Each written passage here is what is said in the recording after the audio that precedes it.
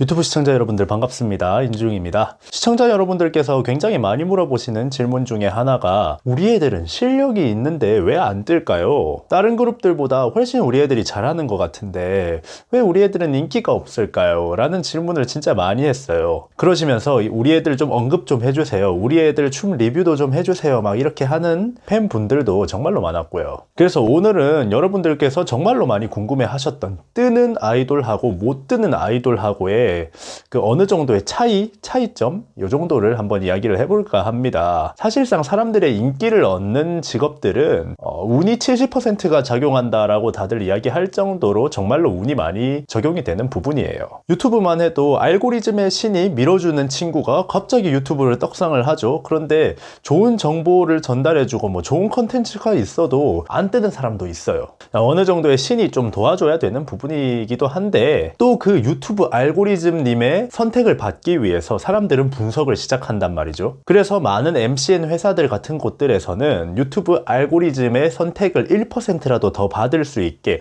확률을 올려주는 것에 대한 연구를 하고 실제로 크리에이터들을 만나가지고 그런 것들을 전수를 해줘요. 그렇게 하면은 내가 뭐 성공할 확률이 1%였는데 그게 2%가 되면은 2배나 오른 게 되니까요. 연예 개판도 똑같습니다. 결국에는 사람들의 인기를 얻어야 되는 직업이기 때문에 어떻게 보면 대중 심리를 가장 잘 활용하는 팀이 결국에 언젠가는 뜬다, 이런 느낌을 받을 수 있겠죠. 그래서 오늘은 이미 성공한 팀하고 실력은 있는데 뜨지 못하고 있는 팀에 대한 약간의 분석을 해보면서 여러분들께 우리 애들은 왜 안 뜨는가, 그리고 뜰 애들은 왜 떴는가에 대해서 조금 이야기를 해볼까 합니다. 뿅. 저는 개인적으로 분석을 이런 식으로 해요. 길다란 막대기를 하나 그립니다. 그리고 나서 그거를 몇 퍼센트로 나눠서 분배를 할지에 대해서 고민을 해야 된다는 거예요. 자, 50대 50으로 나눠서 절반은 상품성, 절반은 예술성에 대해서 이야기를 해야 된다고 생각해요. 자, 상품성에는 어떤 게 들어갈까요? 세계관도 있을 거고 캐릭터 이런 것들이 들어가겠죠. 그리고 예술성에는 실력, 그리고 팀의 단단함 이런 것들이 대강 들어갈 거라고 생각이 됩니다. 이 커다란 네모를 가득 채운 팀이 처음부터 빵 뜨든 나중에 대기만성을 하든 성공을 하는 팀이 돼요. 그런데 이 커다란 바에 점점점 구멍이 나기 시작하는 팀은 나중에 가서 처음에 빵 뜨든 아니면 처음부터 못 떴든 간에 결국에 나중에 없어지는 팀이 되는 것 같아요. 자, 우선 실력은 있는데 못 뜬 팀에 대해서 한번 이야기를 해봅시다. 많은 사람들이 드림캐쳐를 많이 이야기를 합니다. 드림캐쳐는 이 상품성과 예술성을 어떻게 나눠놨을까요? 상품성보다 예술성이 조금 더 많다 라고 느껴지는 팀이에요. 드림캐쳐는 실력적으로 별로 모자란 건 없습니다. 군무도 굉장히 깔끔하게 잘 추고요. 자기네들 컨셉에 맞춰가지고 음악도 잘 뽑아내요. 그런데 왜 못 뜨냐? 바로 이 상품성의 부재가 일어나는 거예요. 상품성이랑 예술성이랑 좀 잘 들어맞아야 되는데 상품성은 너무나 낮게 잡아놓고 예술성만 너무나 높게 잡아놓은 거예요. 특히나 드림캐쳐의 한계가 드러나는 상품성은 어떤 게 있죠? 세계관이 있습니다. 이게 무슨 말이에요? 라고 물어보시겠지만 아이돌판에서는 이 세계관이라는 걸 기준으로 잡아놓고 모든 음악이 나오게 됩니다.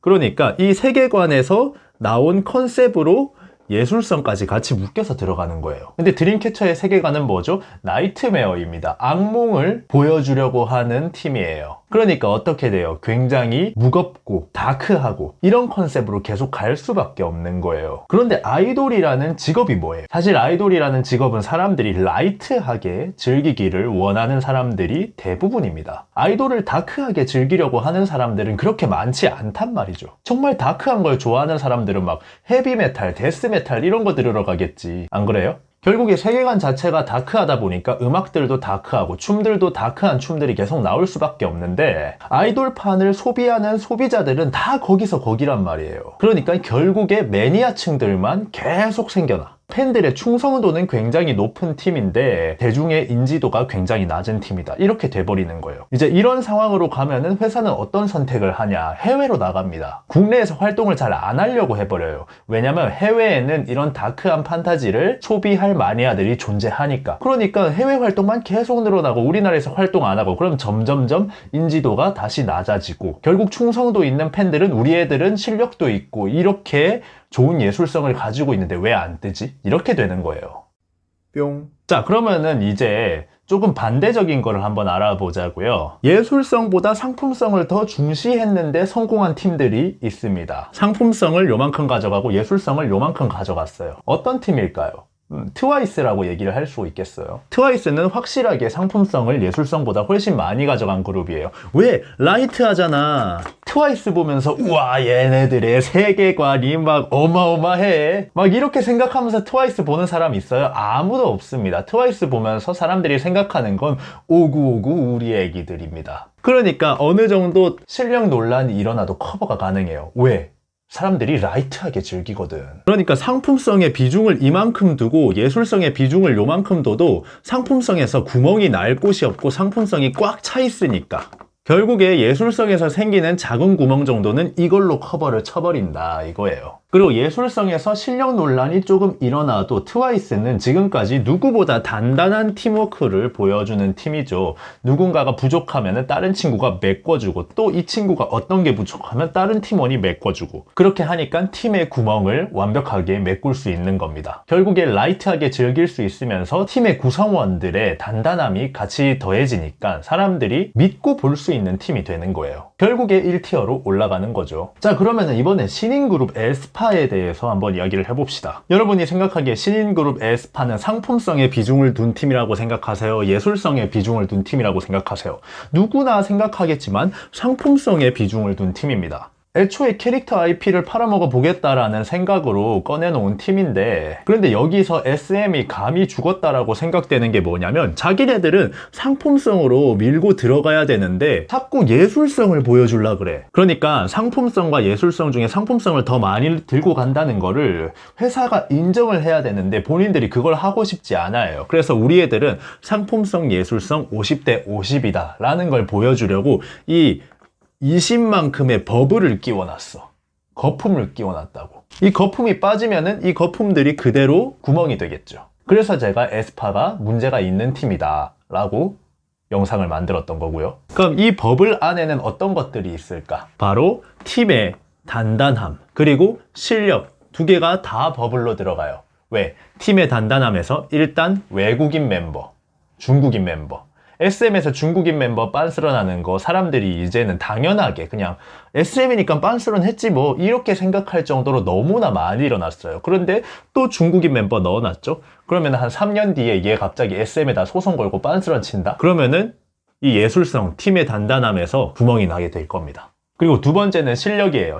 실력은 신인 그룹 치고는 굉장히 좋은 실력을 가지고 있다고 생각됩니다. 특히 보컬적으로 굉장히 좋은 그룹이에요.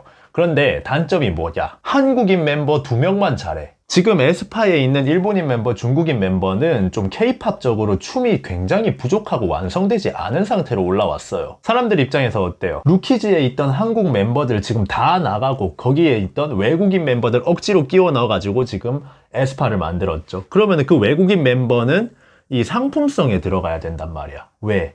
해외 시장 공략을 위한 거니까. 그런데 SM에서는 자꾸 예술성으로 밀어붙이려고 하잖아. 그러니까 거기에서 괴리감이 오는 거예요. 거기서 오는 괴리감이 바로 나타나는 부분이 있습니다. 어떤 부분이냐면 유튜브 조회수는 역대 신인 그룹 중에 제일 많이 올렸어요. 원래 역대 신인 그룹 중에 유튜브 성적이 제일 좋던 친구들이 있지였습니다. 그런데 있지를 완전 압살해버릴 정도로 뮤직비디오 뷰수가 엄청나게 높게 나와요. 근데 그 부분에서는 저는 SM의 이 마케팅, 상품성에서 굉장히 SM이 일을 잘했다고 생각합니다. 어떻게든 계속해서 논란을 만들어내고 뭐 KDA가 엮였다, 다른 사람 작품 레퍼런스를 그대로 들고 왔다, 워낙에 논란이 많으니까 얘네들이 나오니까 그래 봐보기라도 해보자, 얘네 도대체 어떤 애들인지.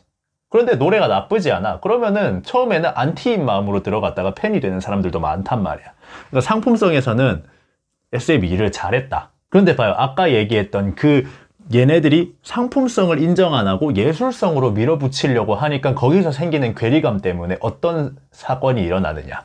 유튜브 조회수가 역대 신인들 중에 1위인데 차트인을 못해. 음악 스트리밍 사이트에서 100위권 밖으로 다 나가 떨어집니다. 반대로 있지를 생각해 보자고요. 있지는 그 당시에 등장을 하자마자 모든 음악들이 낼 때마다 어쨌든 차트이는 했어요. 다 10위권 안에서 놀고 이랬단 말이죠. 왜? 있지는 이 예술성과 상품성 사이에 괴리감이 없었거든. 그런데 에스파는 지금 이 예술성과 상품성 사이에 버블이 끼면서 그 괴리감이 생겨나면서 마케팅 상품적으로는 지금 1위를 차지하고 있는데 정작 성적인 스트리밍, 음원에서는 차트 밖으로 밀려나는 거죠. 나중에 이 버블이 걷어지고 나면은 그 상황을 어떻게 감당할 거야? 그러니까 저는 개인적으로 이렇게 연예인판에 대한 분석을 이 막대기 하나로 애지간하면 다 할 수 있다고 생각을 해요. 뭐 여러분이 생각하시는 블랙핑크, 방탄소년단 이런 친구들도 보면은 이 막대기가 비어있지 않고 가득 차 있죠. 상품성과 예술성의 괴리감이 없고 어느 한쪽으로 좀 치우치더라도 중간에 버블이 끼지 않는, 결국에 그런 사람들이 시대를 잘못하더라도 나중에 역주행을 해요. 예를 들면 오랫동안 못 뜨다가 지금에서야 뜬 팀, 뭐 오마이걸 같은 친구들이 있겠죠. 오마이걸 같은 친구들은 이 상품성과 예술성이 이 바를 완벽하게 꽉 채우고 있던 팀이에요. 하지만 시대를 잘못 만나서 못 뜨고 있다가 결국에는 뜨게 되죠. 결국에는 뜰 수밖에 없는 그룹은 이 막대기를 꽉 채운 팀. 나중에 나가 떨어지는 팀은 이 막대기를 다 채우지 못한 팀이 될 겁니다.